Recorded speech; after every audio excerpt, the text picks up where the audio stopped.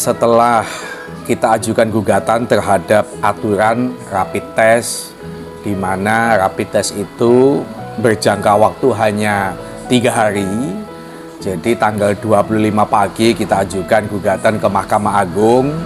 Sorenya sudah viral di medsos, viral di media-media online. Kemarin sore, kalau siang apa sore, ternyata gugus tugas sudah merevisi aturan tentang rapid test yang awalnya berjangka waktu 3 hari, sekarang diperpanjang menjadi 14 hari. Ini sedikit angin segar kepada kita semua, sehingga tidak harus bolak-balik tangan yang disuntik. Saya sudah 2 kali disuntik. Kemarin pada saat di Jakarta ada orang mengeluh sudah 6 kali disuntik karena jangka waktunya terlalu pendek.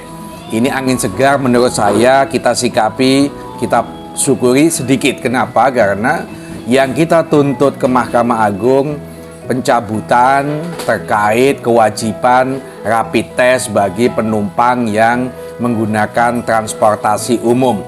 Sebab aturan rapid test ini tidak ada dasarnya.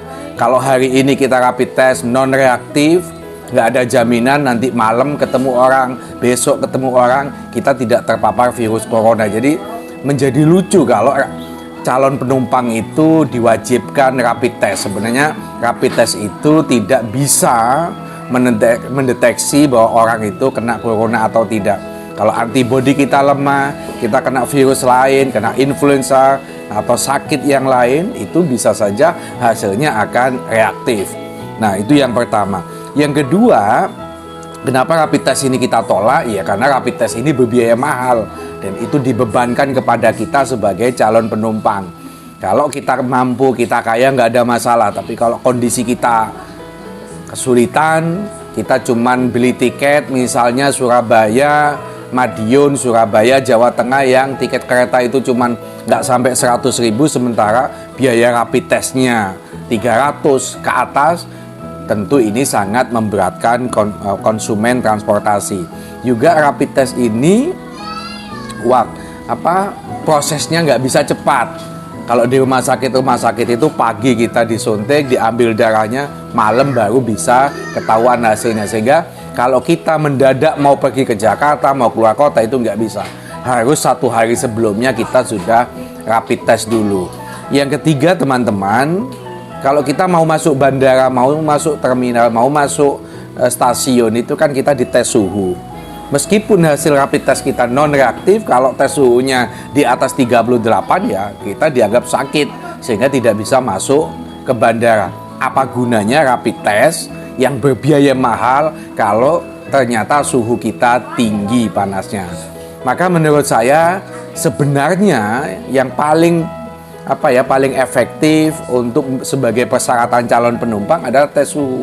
Tes suhu ini waktunya cepat, nggak butuh lama, hanya beberapa detik, juga tidak ada biaya.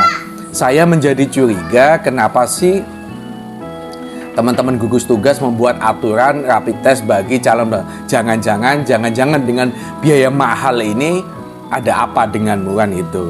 Yang terakhir, terima kasih kepada teman-teman wartawan yang memviralkan, memberitakan perjuangan ini sehingga sudah direspon sedikit oleh teman-teman gugus tugas. Juga terima kasih buat pengacara Runi, pengacara Tommy Singgi yang mendampingi saya untuk mengajukan gugatan kemarin tanggal 25 ke Mahkamah Agung.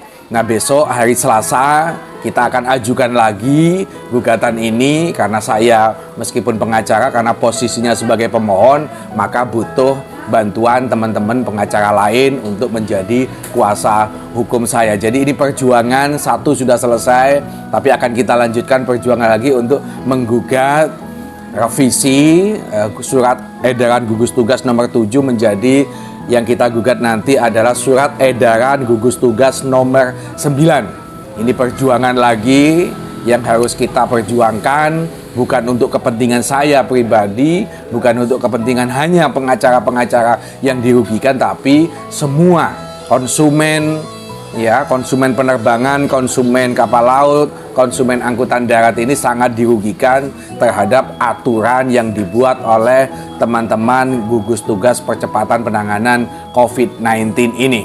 Perjuangan belum selesai, mari kita lanjutkan untuk menggugat surat edaran gugus tugas nomor 9 tahun 2020.